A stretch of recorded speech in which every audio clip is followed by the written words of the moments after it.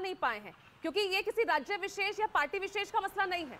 ये देश, उस देश में जहां सबसे ज्यादा युवा आबादी है, ये उसका विषय है, उसके भविष्य का विषय है।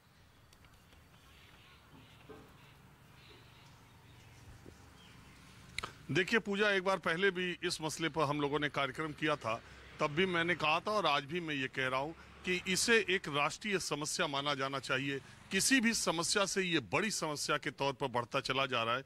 जब देश के देखिए सरकारी नौकरी के लेके बहुत सवाल उठते हैं कि सबको सरकारी नौकरी नहीं मिल सकती, सबको सरकार कहाँ से नौकरी देगी। बात सही है, जनसंख्या बढ़ती जा रही है, लेकिन कम से कम जो लोग काबिल हैं, जो लोग योग्य हैं, और जितनी परीक्षाएं हो रही हैं पारदर्शी तरीके से होकर उन योग्य लोगों को सरकारी नौकरी मिल जाए, यह उनका मौलिक अधिकार होना चाहिए। और इसमें जो भी लोग दोषी पाए जाएं उनके खिलाफ, जैसा मुख्यमंत्री योगी आदित्यनाथ ने कहा, ऐसी कार्रवाई करनी चाहिए कि जो नजीर बन जाए। लेकिन दुर्भाग्य ये है कि योगी आदित्यनाथ का जो बयान आपने सुनाया, उसके बाद ही उत्तर प्रदेश में इंटर का जो बोर्ड एग्जाम का पर्चा लीक हो गया।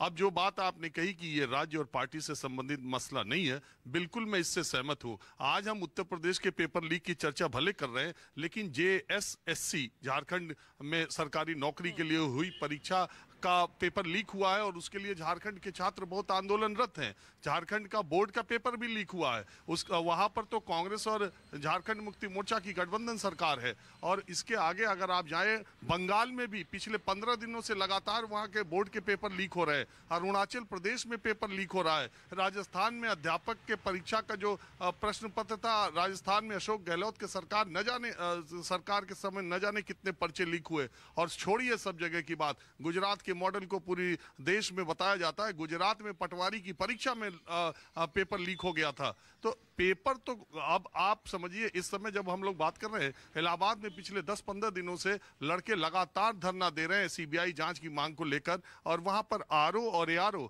जो कि पब्लिक सर्विस कमीशन से होने वाला एग्जाम है, वो भी पर्चा लीक होने की खबर है। और ये अपने आप में, अगर पब्लिक सर्विस कमीशन का पर्चा लीक होने लगे, जहां से गैजेटेड ऑफिसर्स सेलेक्ट होते हैं, तो बताइए इस देश में क्या होगा। ये बात ठीक है, पीछे के जमाने की आप तुलना करें कि पीछे क्या होता था, उससे आज अच्छा हो गया, निश्चित तौर पर अच्छा हो गया। पहले चोंगा वाला फोन मिलाते थे, आप मोबाइल से आज वीडियो कॉल करते हैं।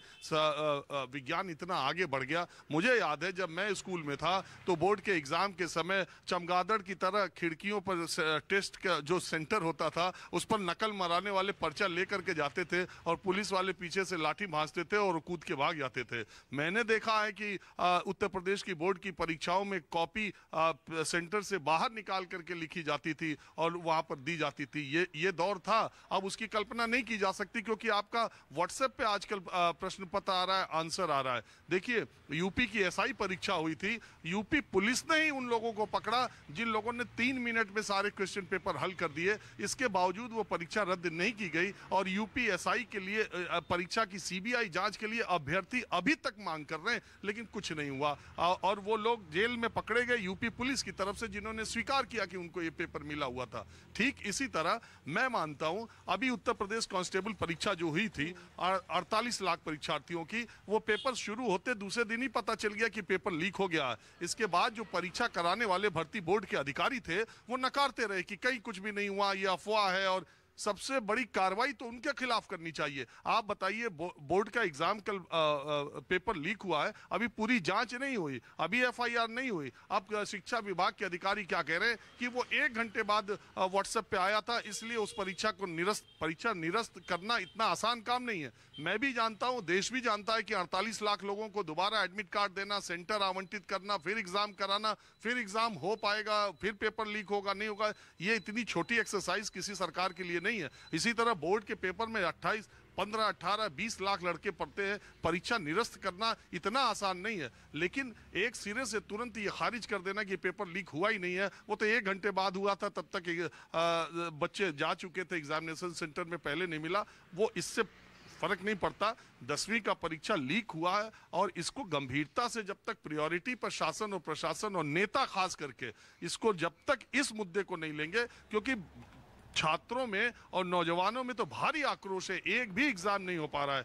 मैं आपको जो कांस्टेबल परीक्षा हुई थी, अब आप बताइए, कांस्टेबल की परीक्षा हुई, RO ARO की परीक्षा हुई, शासन ने कहा कि आप हमारी वेबसाइट पर आप एफिडेविट के साथ या आप साक्ष्य प्रस्तुत कीजिए। आज के दौर में आदमी सच बोलने में जब इतना डर रहा है कि कहीं उसके ऊपर कार्रवाई ना हो जाए, कहीं कुछ गलत ना हो जाए, तो ऐसे में कौन अपने नाम के साथ और सारे साक्ष्य प्रस्तुत करेगा? पता चला उसी पर मुकदमा हो गया जिसने पूरा डिटेल दिया।